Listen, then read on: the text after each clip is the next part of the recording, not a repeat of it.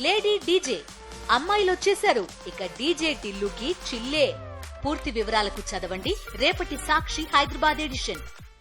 బయట చాలా నీతి వాక్యాలు చెప్పారు. వైఎస్ఆర్ కాంగ్రెస్ పార్టీ వారే కాదు, తెలుగుదేశం పార్టీ వారైనా సరే అసభ్యకరమైన, వ్యంగ్యమైన, చట్ట వ్యతిరేకమైన పోస్టులు పెడితే వాళ్ళని కూడా అరెస్ట్ చేస్తామని చెప్పారు. మరి ఈ ప్రభుత్వం వచ్చిన తర్వాత మా వాళ్ళని అయితే అరెస్ట్ చేశారు, వందలాది కేసులు పెట్టారు, కానీ ఒక్కరిని కూడా అరెస్ట్ చేయలేదు.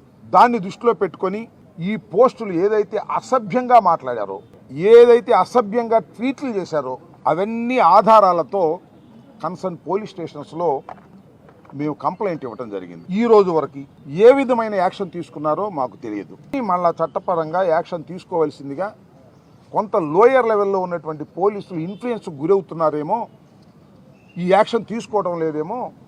కాబట్టి ఎస్పీ గారు మీరు దీనిలో ఇంటర్ఫీర్ కావాలి, ఆ కేసులను రిజిస్టర్ చేసి వారిని కూడా తీసుకొచ్చి కోర్టులో ప్రొడ్యూస్ చేయాలి అనేటువంటి ఉద్దేశంతో ఈ రోజున మేమందరం కూడా ఎస్పీ గారిని కలిసి అవి ఇవ్వటం జరిగింది. మనలో మనమాట. ఆయన పేరేంటి? స్పీకర్ గారు. ఆయన పేరేంటి? అయ్యన్న పాత్రుడు గారు ఏమన్నారు? చెత్త నా కొడుకు ఈ ముఖ్యమంత్రి అన్నాడు జగన్మోహన్ రెడ్డి గారిని. ఇది బూతు కదా నాయన, మీకు కనిపించడం లేదా? అంతేకాదు అంటే మళ్ళీ కోపం వస్తుంది మా వాళ్ళకి, మా సోదరులు, కాపు సోదరులకి. ఏమన్నాడు పవన్ కళ్యాణ్ గారు? చెప్పు తీసి వైఎస్ఆర్ కాంగ్రెస్ పార్టీ ఎమ్మెల్యే కాపు నా కొడకల్లారా చెప్పు తీసి కొడతా అన్నాడే లేదా? ఇది బూతు కదా? దీని మీద యాక్షన్ ఉండదా? అంటే మా వాళ్ళు ఎక్కడ పొరపాటున బూతు మాట్లాడితే మమ్మల్ని గొంతు నొక్కేస్తారా? జైల్లో పెట్టేస్తారా? నెల తరబడి తిప్పేస్తారా? మీకు ప్రత్యేకమైన చట్టం ఉందా? నాకు తెలియక అడుగుతున్నా. ఆర్జీవి గారు సినిమా తీశారంట, దానిలో మన ఆయన పేరు ఏంటండి, చంద్రబాబు నాయుడు గారి అబ్బాయి లోకేష్ ఏదో వ్యంగ్యంగా పెట్టారంట, పప్పను గిప్పను.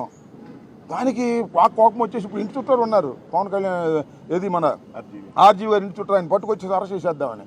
నేను ఒక మాట చెబుతున్నానయ్యా, ఎవరయ్యా సీమరాజు అంట, ఎవరో నాకు తెలిసి చూడాలి నేను. ఆ సీమరాజు గారు మరి ఆయన మీద యాక్షన్ తీసుకోరా?